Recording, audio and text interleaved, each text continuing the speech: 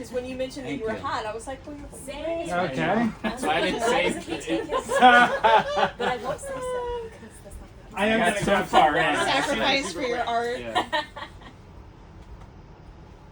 Although I thought you were going to show in-game on your left. I was thinking of That's the scene that gets me like hyped For when me, everybody it's- starts showing up. It's when before that when he tightens the shield on Yes. him because he would have fought them all by himself and died instantly. Like Yeah. he would have done it. That to me is the let's go in that movie.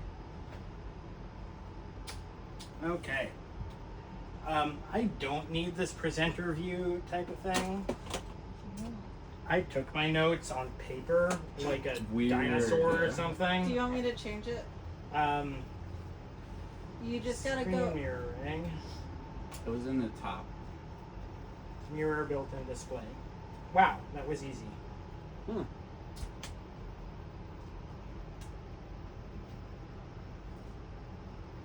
Okay. You sent me so many versions of this. Yeah. So. Wait, where's the clicker? All right, ladies, gentlemen, and assorted non-binary individuals. Thank you for your patience in getting through this long night of presentations. Yeah, we This didn't think it was gonna symposium take this long. has been a veritable smorgasbord of knowledge and insight from a huge variety of people. So, if I may indulge the audience to give yourselves a quick round of applause. Thank you. Now, I have something to share that is going to tie in very nicely to several presentations that were shared tonight, including Dr. Otis, Dr. Kessar, Dr. Rusher, Dr. Sipe. A whole lot of the doctors that were here tonight are going to have something. Now, what are my credentials in explaining the old Razzle Dazzle, or as we shall henceforth call it, ORD, in theory and practice? Academics love our acronyms. Yes. Well, I so happen to be a certified Razzle Dazzler, or CRD, if you will, and I'm sure you will.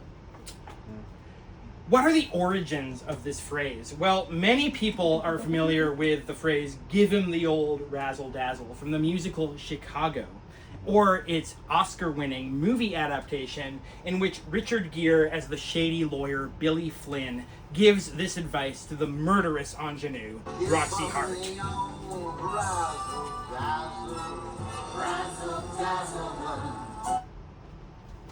Now, you might think that this comes from the play Chicago, but it doesn't.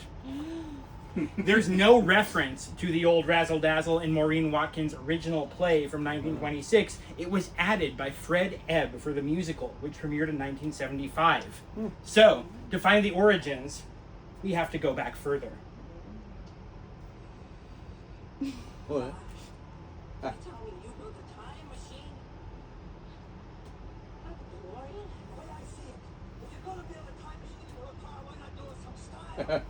Just like Doc Brown said, why not do it with some style? 1888, a magazine called The Clothier and Furnisher out of New York. Its job was to report on the fashion industry, and it reported on some scarves with a pattern which they called Razzle Dazzle. They were said to shoot out in erratic tangents every which way, and they said a salesman almost feels as though about to experience the delirium tremens after going through a line of Razzle Dazzle patterns. Wow. They do say that Powerful the patterns stuff. are more complicated. Powerful stuff. The patterns were indeed complicated, and I refer you to my colleague Dr. Tim Robinson with his show I Think You Should Leave, particularly the Dan Flash's sketch, for more information on this.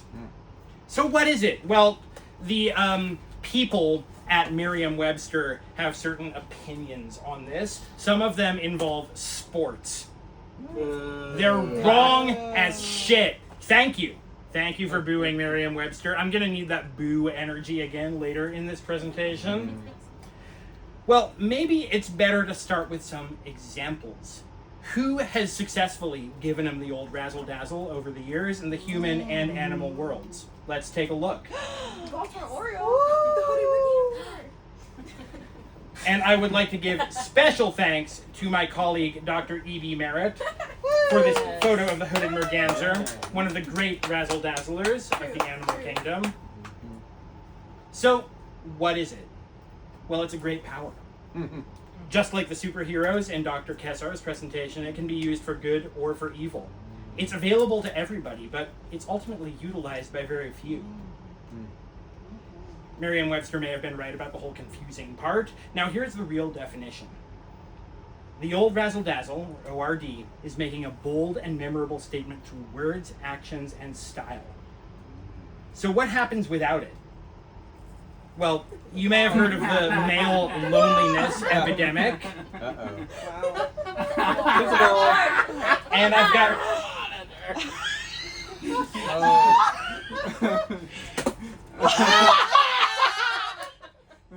Now, the ORD is not specific to gender. It doesn't matter if you're a man, woman, anywhere in between, both or neither. But I have to say that today's gentlemen are sorely lacking, and there's a reason why. And to do this, we have to, again, go back in time.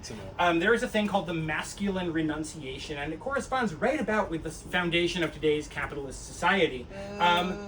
Guys used to dress like this in 17th century France. Well, there were a couple things which I'm going to need some yays for, the French and American revolutions, where we said, death to the bourgeoisie! Yay! Can I get a death to the bourgeoisie? Death to the bourgeoisie! Thank you! But we also had some fucking lame morons named Oliver Cromwell and the Puritans, and they basically... Thank you! Boo! So basically around that time, we all decided that French nobility, who were the guys who were dressing so flashy, you know, we don't like them anymore. We don't want to dress like them anymore. We don't want to be like them anymore. And that opened the door for these morons to come in and say, hey, let's not dress flashy at all. In fact, let's renounce all fun and exciting things in the world because, you know, maybe when we die, it'll be better in heaven. Yeah. Who knows? We hate them. So, fellas. Yeah. Don't repress yourself. Thank you, Ethan. Don't repress yourself.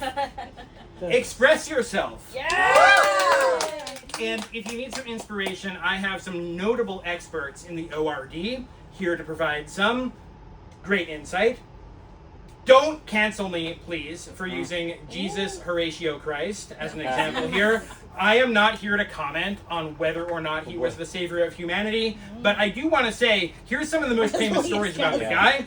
He turned water into wine. Yeah. He walked on water. Yeah. He made a very dramatic entrance after everybody thought he was dead.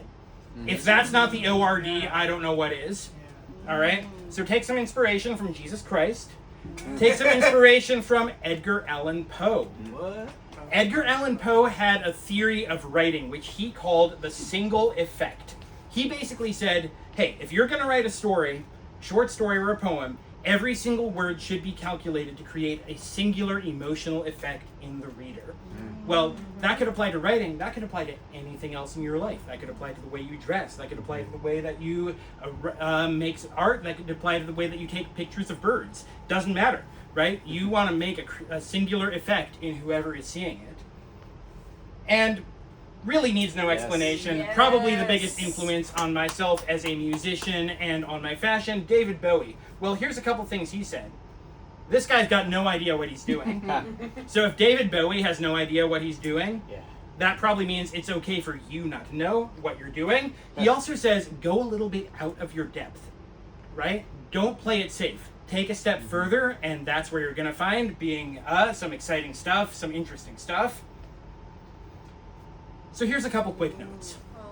There is such a thing as evil Razzle Dazzle. I have not put any pictures of evil Razzle Dazzlers, depending on your opinion of some of the aforementioned people. David Bowie, not the greatest person in real life. We're not going to get into that. Fascist leaders are highly skilled in the ORD. They are really good at convincing you that they know what they're talking about when they really don't. But to oppose them, we have to use the power of the ORD against them. And another quick note. Now here is a screenshot from an IBM training manual in 1979. It says a computer can never be held accountable, therefore a computer must never make a management decision. Yes. Now, I'm going to give this a quick revision here. A computer can never have individual style, therefore a computer can never give him the old Razzle Dazzle. Yeah. Now, it can be tempting to say, hey, I don't know how to do this, I'm going to let a computer do it for me.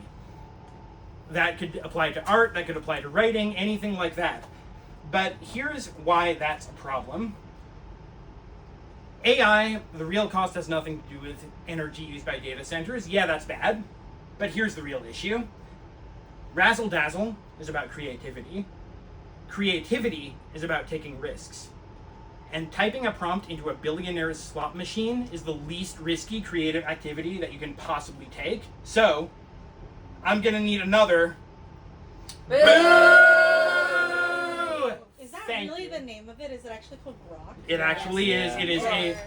It's very don't create the torment nexus of them. We're not gonna get into that either. I mean, not that. Robert. So, everyday applications. Again, let's go back to the real, not the Merriam-Webster definition, but the real definition of the ORD. It is making a bold and memorable statement through words, actions, and style. So, how can you actually do that? Well, words, you could give people compliments. You could give yourself compliments. You could say, hey, I look pretty good today. You could make your voice heard. You know, if you have something to say, maybe don't hold back. Say what you have to say. Actions. You could act with confidence. Don't hold back. You could commit to the bit, no matter what it is. Yes. And remember that it's okay if you don't know what you're doing, because most people don't. Remember the quote from David Bowie? He doesn't know what he's doing. And style. Here's where we get into my favorite part. Step out of your comfort zone. Try out new looks. Thrift stores, convenience section, clearance sections, break the rules.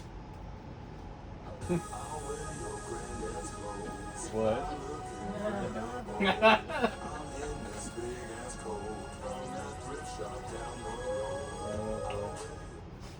So, I'm going to add a corollary to Macklemore's thesis on wearing your granddad's clothes.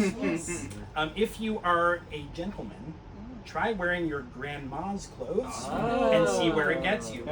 I did not include a picture of her in this because it was too late for me to add it, but think about Angela Lansbury in the great show Murder, She Wrote. The way that she dressed is actually very gender neutral. You can try dressing like Jessica Fletcher, and nobody's going to think that you're walking around in drag. I'm going to quote another famous lyric from Fred Ebb, "Life is a cabaret." That means that we are all performers. We all get to create our own characters and make our performances unique and memorable. Although Ree says that I shouldn't make our bathroom look like the dressing room of a cabaret, but that's neither here nor there. So now, by viewing this presentation, Other people want to use this thing. everybody here is a certified Razzle Dazzler. Go out and spread the word. I will provide diplomas digitally via email because I forgot to print them out.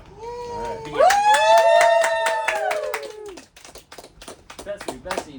Yeah, I've been authorized to give a final presentation for somebody who is now asleep in her mystery machine. She just has a few things she wants to go over. Good. First of all, she is Bessie. These are a few names that she is known by: Besserina, Pupperina, the amazing baby potato, Lady Borkington, Bat Dog, Regular Dog, Chicken Butt, Dum Dum. She doesn't find it offensive. She thinks that we're dumb too.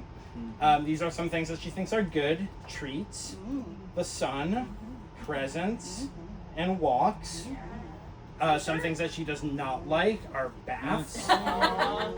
And the worst thing ever she would like to say is a squirrel. Thank you for your attention to this matter. Sincerely, Bessie. This concludes our symposium. Thank you all for attending. We will take a brief recess, and then if anybody would like to stick around, we are glad to. I am all set up for karaoke. However, it is quite late, so I understand if anybody needs to ditch. Thank you. Rock and roll! The form is in the chat, so please take a moment to vote. Did we get an update on Could you Michael's hand stuff? me my phone? I think people need to vote on Michael's thing. Did you guys It's find in it? the. It's in the. I know it. Okay, good. I'll do yours first. I'll put it. I'll put the